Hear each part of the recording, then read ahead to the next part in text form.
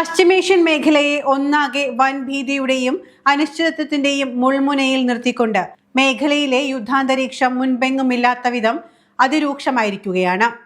തങ്ങളുടെ ഏറ്റവും ഉയർന്ന സൈനിക ഉദ്യോഗസ്ഥരും നിഷ്കളങ്കരായ സാധാരണക്കാരും കൊല്ലപ്പെട്ട ഭീകരമായ ആക്രമണത്തിന് തൊട്ടു പിന്നാലെ തികച്ചും കൃത്യതയോടെ മുൻകൂട്ടി ആസൂത്രണം ചെയ്ത വൻ തിരിച്ചടികളുമായി ഇറാൻ ഇപ്പോൾ പരസ്യമായി രംഗത്തെത്തിയിരിക്കുന്നു. അമേരിക്കൻ അധിനിവേശ തന്ത്രങ്ങൾക്കും സൈനിക മേധാവിത്വത്തിനും തങ്ങൾ കീഴടങ്ങില്ല എന്ന ശക്തമായ സന്ദേശമാണ് ഓരോ നീക്കത്തിലൂടെയും ഇറാൻ നൽകുന്നത്. ഇതിന്റെ ഭാഗമായി ഇറാന്റെ ഷിറാസിലുള്ള തന്ത്രപ്രധാനമായ വ്യോമതാവളത്തിൽ നിന്നുയർന്ന 2 Su-24 പോർ വിമാനങ്ങൾ പേർഷ്യൻ ഉൾക്കടലിന് തൊട്ടുമുകളിലൂടെ വെറും 30 മീറ്റർ താഴെ മാത്രം ഉയരത്തിൽ പറന്നാണ് ഖത്തറിലെ അമേരിക്കയുടെ അൽ ഉദൈദ് എയർബേസിന് നേരെ അതിശക്തമായ ആക്രമണം അഴിച്ചുവിട്ടത്. ശത്രുക്കളുടെ റഡാറുകളുടെ കണ്ണുവെട്ടിക്കാനും അവയുടെ നിരീക്ഷണ വലയങ്ങളിൽ പെടാതിരിക്കാനുമാണ് പൈലറ്റുമാർ ഇത്രയും അപകടകരമായ രീതിയിൽ താഴ്ന്നു പറന്നത്. അമേരിക്കൻ പ്രതിരോധ സംവിധാനങ്ങളെ ആകെ ഞെട്ടിച്ചുകൊണ്ട് വിജയകരമായി ലക്ഷ്യം പൂർത്തിയാക്കി മടക്കയാത്ര ആരംഭിച്ച ശേഷമാണ് അമേരിക്കൻ പോർ വിമാനങ്ങൾക്ക് ഇറാന്റെ വിമാനങ്ങളെ തിരിച്ചറിയാൻ പോലും സാധിച്ചത്. മേഖലയിലെ അമേരിക്കൻ സൈനിക നീക്കങ്ങളുടെയും കമാൻഡ് പ്രവർത്തനങ്ങളുടെയും പ്രധാന ആസൂത്രണ കേന്ദ്രമായ അൽ ഉദൈദിന് നേരെ നടന്ന ഈ സാഹസികമായ വ്യോമാക്രമണം അമേരിക്കയ്ക്കും അവരുടെ സഖ്യകക്ഷികൾക്കും ഇറാൻ നൽകുന്ന വലിയൊരു മുന്നറിയിപ്പാണ്. ഈ ആക്രമണത്തിന്റെ ഞെട്ടൽ മാറും മുൻപ് തന്നെ ജോർദാനിൽ പ്രവർത്തിക്കുന്ന അമേരിക്കൻ സൈനിക താവളത്തിന് നേരെയും ഇറാൻ നിർണായകമായ ബാലിസ്റ്റിക് മിസൈൽ ആക്രമണം നടത്തി.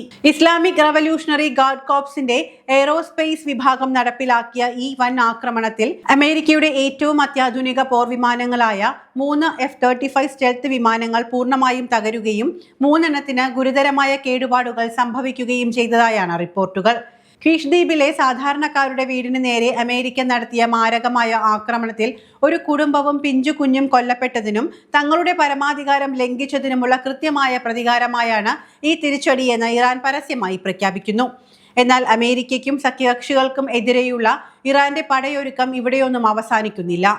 തങ്ങളുടെ സാമ്പത്തിക ആധാരമായ എണ്ണവാതക നിലയങ്ങൾക്ക് നേരെ ഇനി എന്തെങ്കിലും തരത്തിലുള്ള അധിനിവേശ നീക്കം ഉണ്ടായാൽ പശ്ചിമേഷ്യൻ മേഖലയിലുള്ള അമേരിക്കൻ സഖ്യരാഷ്ട്രങ്ങളുടെ ഊർജ്ജ ശൃംഖലകൾ ഒന്നടങ്കം തകർത്തെറിയുമെന്നാണ് ഇറാൻ നൽകുന്ന ഏറ്റവും പുതിയ മുന്നറിയിപ്പ്. ഇതിനായി വൻകിട എണ്ണവാതക കേന്ദ്രങ്ങൾ ഉൾപ്പെടുന്ന വിപുലമായ ഒരു ഹിറ്റ് ലിസ്റ്റ് തന്നെ ഇറാൻ പുറത്തുവിട്ടു കഴിഞ്ഞു. സൗദി അറേബ്യയിലെ ലോകത്തിലെ തന്നെ ഏറ്റവും വലിയ പരമ്പരാഗത എണ്ണപ്പാട ഗവാറും പ്രധാന എണ്ണ ശുദ്ധീകരണ കോംപ്ലക്സായ അബ്ഖൈഗും ഈ പട്ടികയിലുണ്ട്. കൂടാതെ യുഎഇയിലെ റുവൈസ് റിഫൈനറിയും സാക്ക് എണ്ണപ്പാടവും ഖത്തറിലെ ലോകോത്തര നോർത്ത് ഫീൽഡ് LNG കേന്ദ്രങ്ങളും കുവൈറ്റിലെ ബുർഗാൻ എണ്ണപ്പാടവും ബഹ്റിനിലെ സിത്ര റിഫൈനറിയും ഇസ്രായേലിന്റെ തന്ത്രപ്രധാന ലെവിയാഥൻ താമർ ഗ്യാസ് ഫീൽഡുകളും ഇറാന്റെ മിസൈൽ ലക്ഷ്യങ്ങളായി മാറിയിരിക്കുന്നു.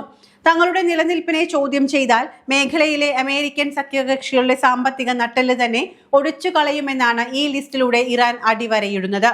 മറുവശത്ത് അമേരിക്കൻ പ്രസിഡന്റ് ഡൊണാൾഡ് ട്രംപിന്റെ നേതൃത്വത്തിലുള്ള ഭരണകൂടവും US സെൻട്രൽ കമാൻഡും ഇറാന് നേരെ കടുത്ത തിരിച്ചടിക്ക് തന്ത്രങ്ങൾ ഒരുക്കുകയാണ്. ഇറാന്റെ മധ്യമേഖലയിലുള്ള മിസൈൽ താവളങ്ങളും പവർ പ്ലാന്റുകളും പ്രധാന എണ്ണ ശുദ്ധീകരണശാലകളും ലക്ഷ്യമിട്ട് 2 ആഴ്ചയോളം നീണ്ടു നിൽക്കുന്ന വൻ വ്യോമാക്രമണ പരമ്പരയ്ക്കാണ് അമേരിക്ക ലക്ഷ്യമിടുന്നത്. എന്നാൽ ഇറാനിലെ ഊർജ ഉൽപാദന കേന്ദ്രങ്ങൾ ആക്രമിക്കപ്പെട്ടാൽ അത് അന്താരാഷ്ട്ര വിപണിയിൽ എണ്ണവില ക്രമാതീതമായി കുതിച്ചുയരുന്നതിനും അതിലൂടെ ആഗോള സാമ്പത്തിക വ്യവസ്ഥയെന്ന വൻ തകർച്ചയിലേക്ക് തള്ളിവിടുന്നതിനും കാരണമാകുമെന്ന് വൈറ്റ് ഹൗസ് രാഷ്ട്രീയ സാമ്പത്തിക ഉപദേശകൻ ട്രംപിന് മുന്നറിയിപ്പ് നൽകുന്നുണ്ട്. തങ്ങളുടെ മേൽ എത്ര വലിയ ഉപരോധങ്ങളും ഭീഷണികളും അടിച്ചേൽപ്പിച്ചാലും അതിനെ ശക്തമായ പ്രതിരോധത്തിലൂടെയും ആയുധശേഷിയിലൂടെയും തകർക്കുമെന്ന് ഇറാനും തിരിച്ചു പ്രഖ്യാപിച്ചു കഴിഞ്ഞു. ഏതൊരു നീക്കത്തിനും ആഗോള സാമ്പത്തിക ഘടനയെ തന്നെ ഉലയ്ക്കുന്ന രീതിയിൽ തിരിച്ചടി നൽകാൻ ഇറാൻ സജ്ജമായി നിൽക്കുമ്പോൾ വൻ ശക്തികളുടെ പോരാട്ടത്തിൽ പശ്ചിമേഷ്യയും ലോകരാജ്യങ്ങളും ഭീതിയോടെ വരും ദിവസങ്ങളിലെ നീക്കങ്ങളെ ഉറ്റുനോക്കുന്നു. ഇറാന്റെ സൈനിക പ്രതിരോധ തന്ത്രം പരമ്പരാഗത വൻ ശക്തികളിൽ നിന്നും തികച്ചും വ്യത്യസ്തവും സമർത്ഥവുമായ ഒന്നാണ്.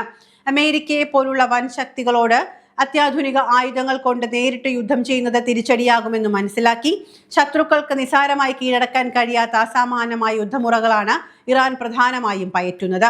കുറഞ്ഞ ചിലവിൽ നിർമ്മിച്ച വൻ നാശനഷ്ടമുണ്ടാക്കാൻ ശേഷിയുള്ള ഷാഹദ് ഡ്രോണുകളും ഹോർമൂസ് കടലിടുക്കിൽ അമേരിക്കൻ വൻ പോർക്കപ്പലുകളെ പോലും ഭീതിയിലാഴ്ത്തുന്ന 100 കണക്കിന് സ്പീഡ് ബോട്ടുകളുടെ കൂട്ടമായുള്ള ആക്രമണ തന്ത്രങ്ങളും ഇതിന്റെ ഭാഗമാണ്.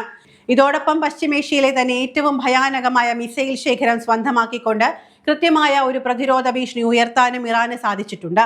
തങ്ങളെ ആക്രമിച്ചാൽ ഇസ്രായേലിലേക്കും മേഖലയിലെ മുഴുവൻ അമേരിക്കൻ സൈനിക താവളങ്ങളിലേക്കും ഒരുപോലെ മിസൈൽ മഴ പെയ്യിക്കാൻ കഴിയുമെന്ന യാഥാർത്ഥ്യം ശത്രുക്കളെ ഒരു വൻ യുദ്ധത്തിലേക്ക് കടക്കുന്നതിൽ നിന്നും പിന്തിരിപ്പിക്കുന്നു.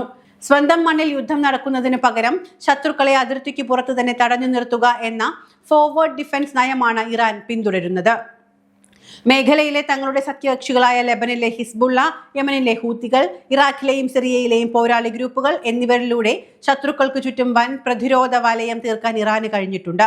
എല്ലാത്തിനുമുപരിയായി ലോകത്തിന്റെ ആകെ കടൽ മാർഗമുള്ള എണ്ണക്കടത്തിന്റെ 1/5 കടന്നു പോകുന്ന തന്ത്രപ്രധാനമായ ഹോർമൂസ് കടലിടുക്കിലെ ഇറാന്റെ ആധിപത്യം അവരുടെ ഏറ്റവും വലിയ ആയുധമാണ്.